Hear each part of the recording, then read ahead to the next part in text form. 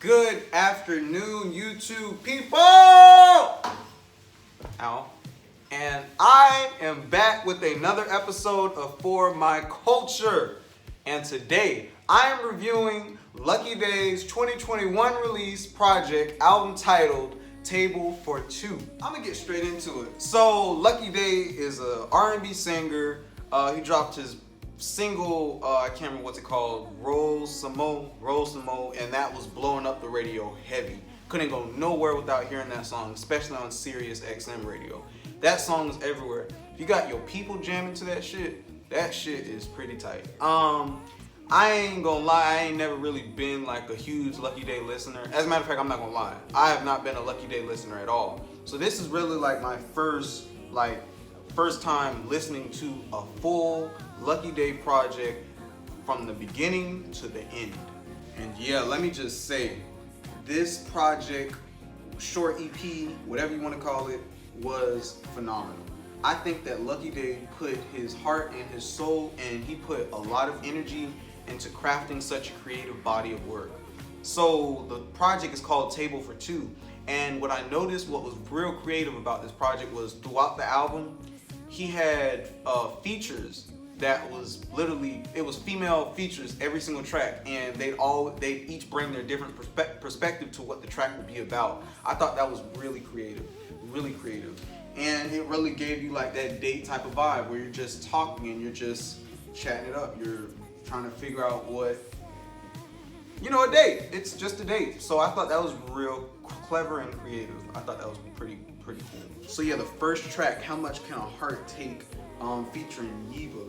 I've never heard of Yiba, but I thought she did phenomenal on the track. She donated some beautiful vocals, and it was just an overall good track. This track was really about, it was kind of both ways. It was both sided.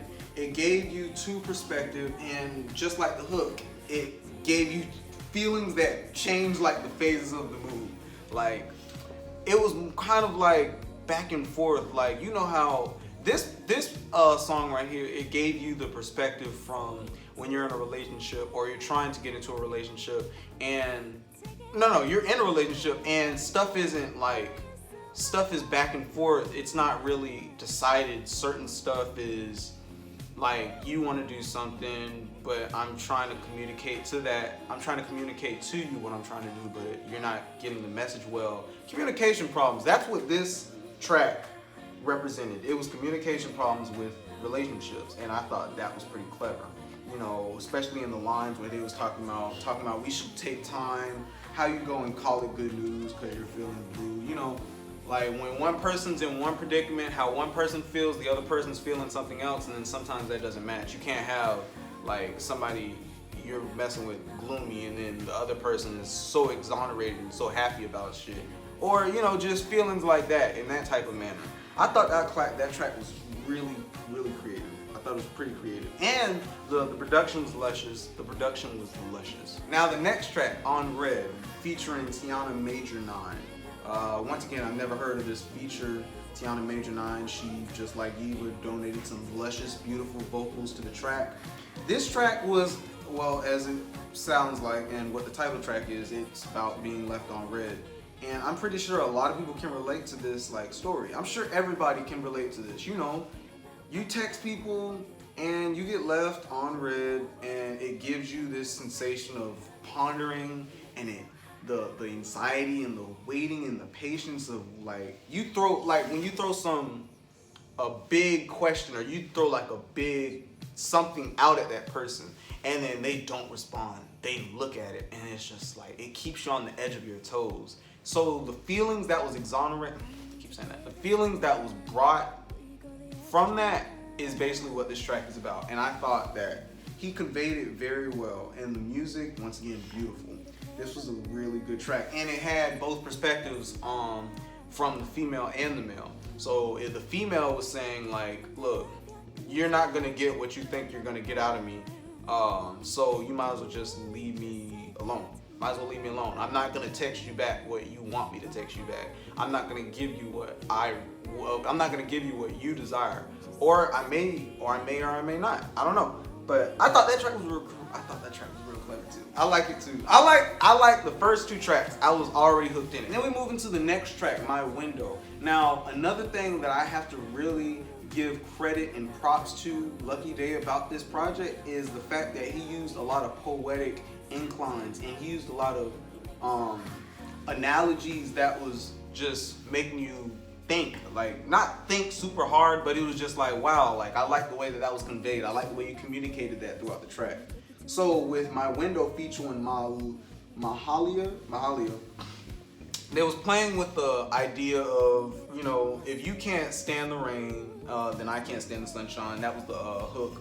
He was basically breaking down that if you can't accept me for all the flaws or what I be going through, if you like bypass that and you just don't focus on that whatsoever, well then I can't give you the sunrise. I can't pretend like everything is just perfect, because you're declining and you're negating everything that I'm feeling. You know, we can't make that work. That's where communications come in. That's where communications in a relationship come in. You can't be on two different mind states. That's what this track is about. And I thought it was conveyed beautifully. You know, we deserve better kinds of treatment, baby. I thought that the lines, the poetic lines, was just phenomenal. They all hit. They all just gave you that damn. Like I felt that before. I felt that. And then yeah, that track was hard. You know, we could be better. I see you fed up. You got your guard up. Yeah. The poetic inclines was genius. It was genius. The poetic analogies, I loved it. I loved it all. I really did. And then the next track with R.A. Lennox, Access Denied. And it had that same robot female voice at the beginning with the intro, Ego Trip. It had that spread throughout the project, I noticed. At first, I had to keep playing this track over and over because I kind of didn't get it. Just from surface level of me just listening to the music. I didn't get it because it was so, I don't want to say deep, but it was so like, you kind of had to find what they was talking about. So that's what I eventually did. I searched it up. Yeah, this track was really about, you know, You Give Me Your Love, which is what the sample was, by the way. It was this old 1972 song. But the two they sing about how they want to be in a relationship with each other, but I'm guessing from their past, they got their guard up. So they can't just fall into each other like they're supposed to. They're just so defensive. And I thought that there's a lot of people that go through this, and that is so phenomenal that Lucky Daye actually brought that to attention. And the fact that you had to really like sit there and listen to the lyrics and just be like, okay, so that's what she feels in that perspective, and that's what he feels in this perspective. I thought that was real clever.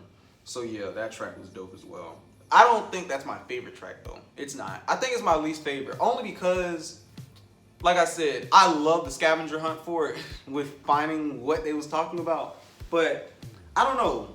It's not a track that, it's not bad. It's far from bad. It's just not a track that I can see myself replaying. It's just not. And you know, everybody just got them feelings where you got them dreams sometimes when you be thinking about somebody so much. And that's what the next track was. Dream, featuring Queen Naija, or however you pronounce her name. Now, what I did find out about this track was actually on Queen Naija's project, whatever it's called. But I guess they just put it on here as well, whatever. But that track was very well constructed. It was not too long. It was a general consensus.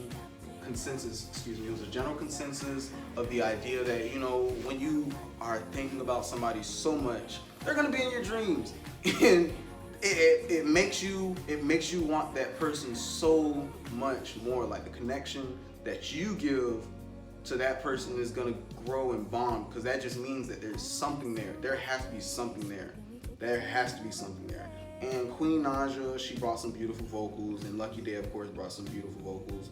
It was beautiful. It was beautifully done. I love the beat. The beat was great. The beat was great as well. And then you get to the last track, Falling in Love with Joyce Rice. And this was basically just the perfect closure to a project that says, or to a project like this that's like, look, we're gonna get into this, but you better not make me regret this shit. You better not make me regret it.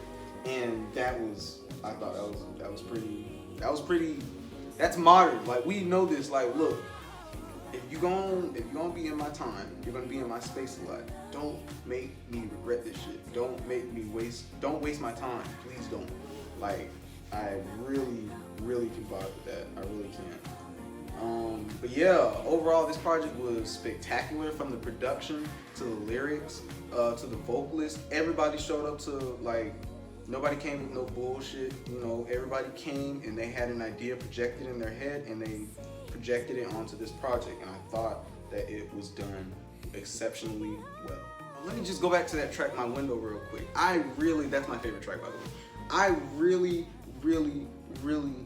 love that song, only because, like, I've been in that situation where it's like, you got two perfect people that when they see each other, they really think that it's gonna work, but it's just something is not connecting, and you never know what it is until it's over, until you just sit down and think about it way later, and you're like, well, maybe this didn't work because so on.